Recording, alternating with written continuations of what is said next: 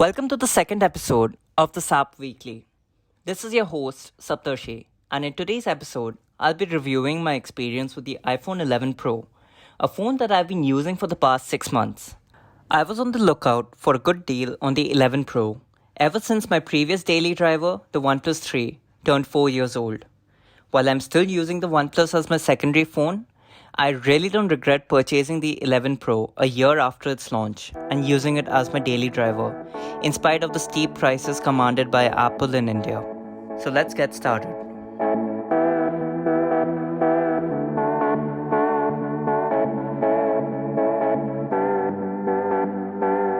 I started looking around for a new phone sometime around June last year. My OnePlus 3 was still very snappy, even after 4 years of abuse and heavy usage. But I was honestly bored and I wanted to upgrade to something new, since I had recently started earning and I wanted to get myself something nice. I started off with a budget of around 60,000 rupees, which was quite a hike over the 28,000 rupees I had spent on the OnePlus. But considering that the 3 came with a flagship processor and specs back in the day, it would be really difficult to get a better phone at that price in 2020. The first phone that I checked out was the OnePlus 8 Pro, which was available for around 65,000 rupees. While this phone would be a perfect upgrade for a OnePlus user, I really wasn't too impressed with the phone. Sure, it came with the latest and greatest processor, a curved 2K screen, excellent cameras, and wireless charging, but I really didn't like the design as much, especially the capitalized OnePlus logo, which looked quite tacky in my opinion when compared to the older sentence case logo. The punch hole display was also a step back for OnePlus, considering all-screen OnePlus 7 Pro and the 7T Pro. However, those phones had cut back in other departments. If you remember from my previous episode, I had to frequent a certain mall in my city to get my old Fossil watch fixed multiple times. And it is during one of these visits that I decided to check out some phones by holding them and experiencing them firsthand. This mall had a lot of first-party stores and I decided to check out the OnePlus store first.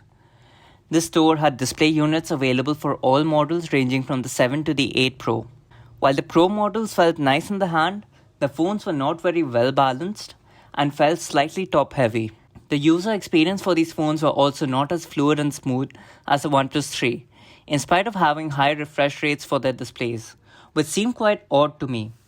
While this seemed like an issue with the display units, some of my friends actually did confirm that they had faced similar issues, along with poor battery life and a mediocre camera experience. After being disappointed by OnePlus, I thought I'd check out other brands in the mall and walked into the Apple store next door. While the folks at the Apple store were not that keen to attend to me, I think they might have seen the OnePlus 3 in my hand. I headed to their phone section and started trying them out one by one. I skipped the SE since I really wasn't keen on getting a phone that looked so outdated and could barely keep up in terms of battery life. This left me with the 10R, the 11, the 11 Pro, and the 11 Pro Max. Considering my budget, I tried using the 10R and the 11, both of which came with LCD panels, a major downgrade from my OnePlus 3's beautiful OLED panel. However, I was ready to overlook this drawback if the phones offered me a snappy experience. My first impression with both phones was that both were extremely light and felt very well balanced in my hand.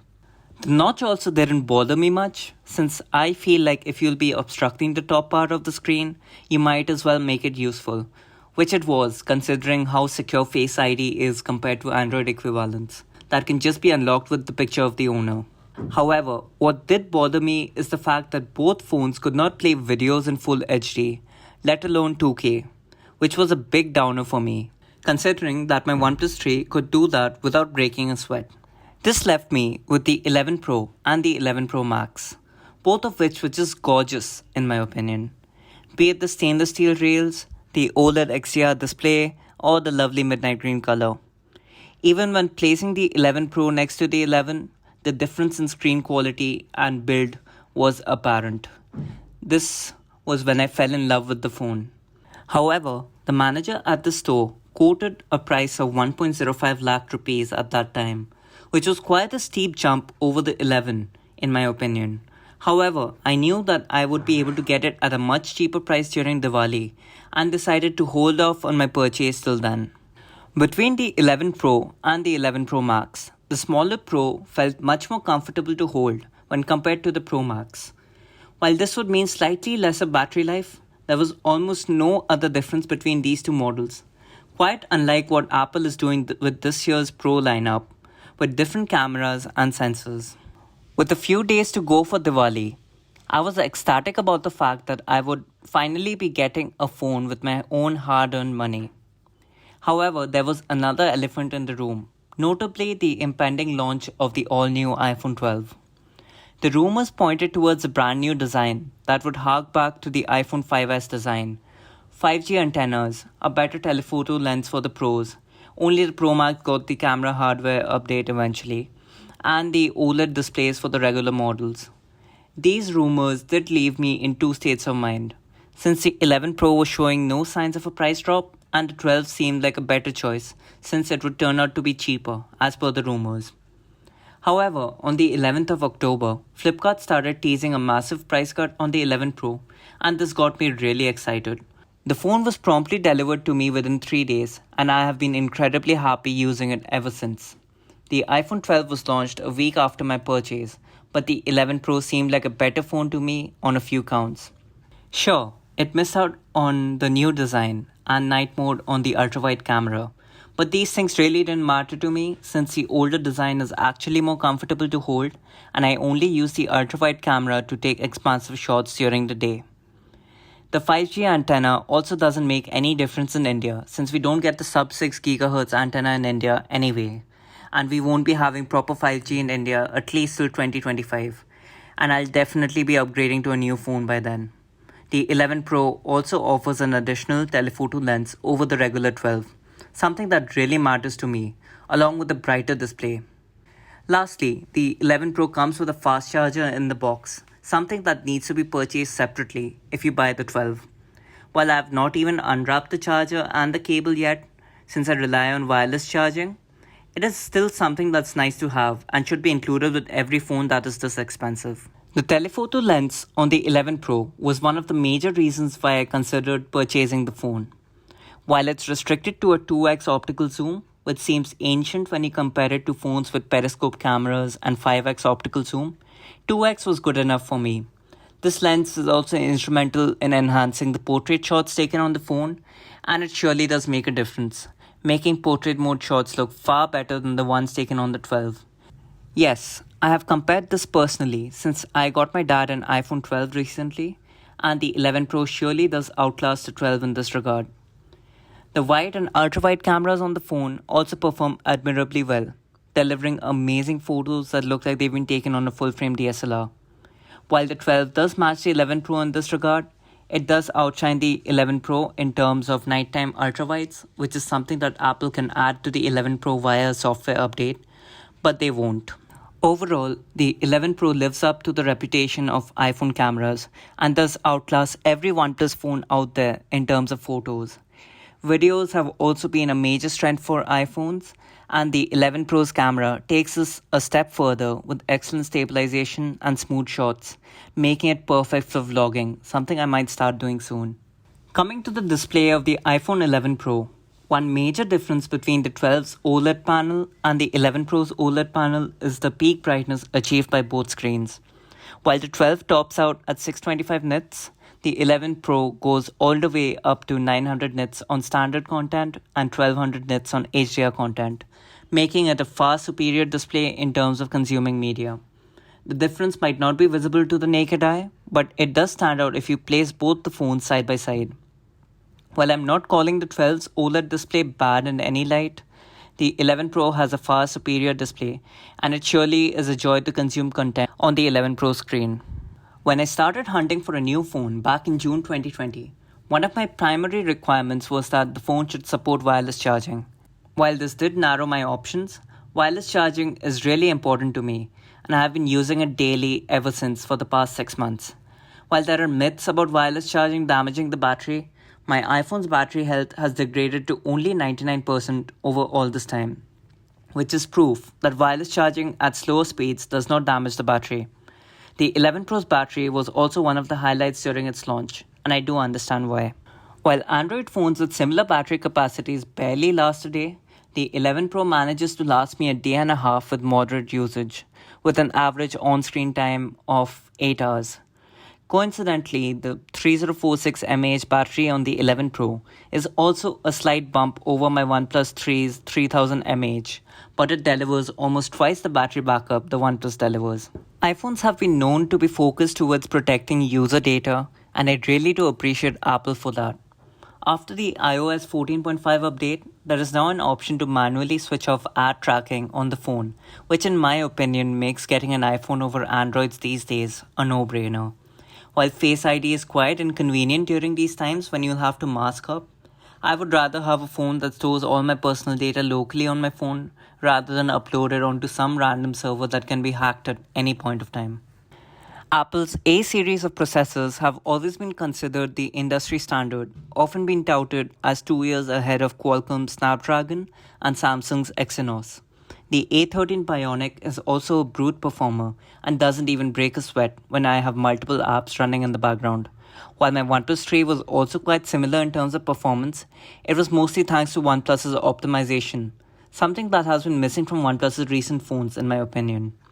Even if the 11 Pro's 4GB RAM is a downgrade from my OnePlus 3's 6GB RAM, I have never seen any kind of stutter on my iPhone and I've never heard of anyone complaining about the same. Back in the day, OnePlus was probably one of the very few OEMs who offered 3 years of Android version updates along with security patches. While they've now stopped issuing more than 2 years of updates for their phones after the OnePlus 5T, I did get 3 years of updates, some of which introduced crippling bugs. While OnePlus did address these bugs, it did take them some time to fix these, especially considering that most of these bugs were prevalent after the third Android update, and the 3 was the oldest phone to receive the update. However, OnePlus is an outlier in the Android space, with some manufacturers not even offering a single Android update to their customers, thus making their phones obsolete in almost no time. Apple has been killing it recently with software updates, offering up to 6 years of support for older models, which will make it easier for me to use the 11 Pro for a longer period of time. Nothing's perfect, and the iPhone 11 Pro does come with its own set of shortcomings. The most noticeable downside is the amount of storage available on the base variant. While modern devices available at a similar price point offer 128 or 256 gigabytes of storage as standard, the 11 Pro's 64 gigabytes pales in comparison and gets filled up in no time, considering that I take photos and videos in the highest resolution possible. The 11 Pro is available with 64, 256 or 512 gigabytes of storage, and the 256 gigabyte variant was quite a lot more expensive at that time. However, I do have a Microsoft 365 subscription with 2 TB of cloud storage, and this does help me go around with this problem. Secondly, night mode not being available on the ultra-wide camera, in spite of having the same hardware as the 12, only feels like Apple restricting the feature so that people buy the 12 series instead of the equally capable 11 series. The 11 Pro is also quite overpriced in India, since I've heard of stores in Dubai selling it for around 55,000 rupees after conversion, which is a steal at that price. In fact, iPhone prices are the highest in India, with most models often being marked up by 30 to 40% due to additional taxes imposed by both the government and Apple. Lastly, the 11 Pro weighs substantially more than the equivalent iPhone 12. While this is not a con for me, since I love the heft and toughness stainless steel provides, your preference might vary and you might want to lean towards the lighter phone. Now, coming to the verdict, is the 11 Pro still worth considering now that the phone is nearly 2 years old? That depends on your preference. If you would like to get the latest design from Apple, along with future-proof 5G, an additional year of updates, and night mode on the ultra-wide lens, get the iPhone 12. Considering the offers available on the phone, there is a 10,000 rupees discount on Amazon at the time of recording this. The phone is definitely a steal.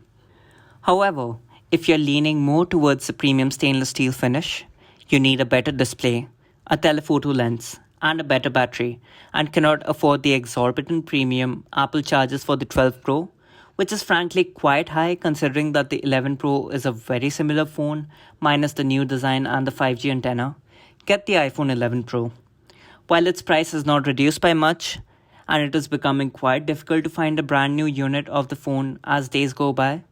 The 11 Pro is a solid premium phone that will last for a long time and make you feel like you've purchased something that is worthy of its price. I hope you enjoyed this review of my iPhone 11 Pro.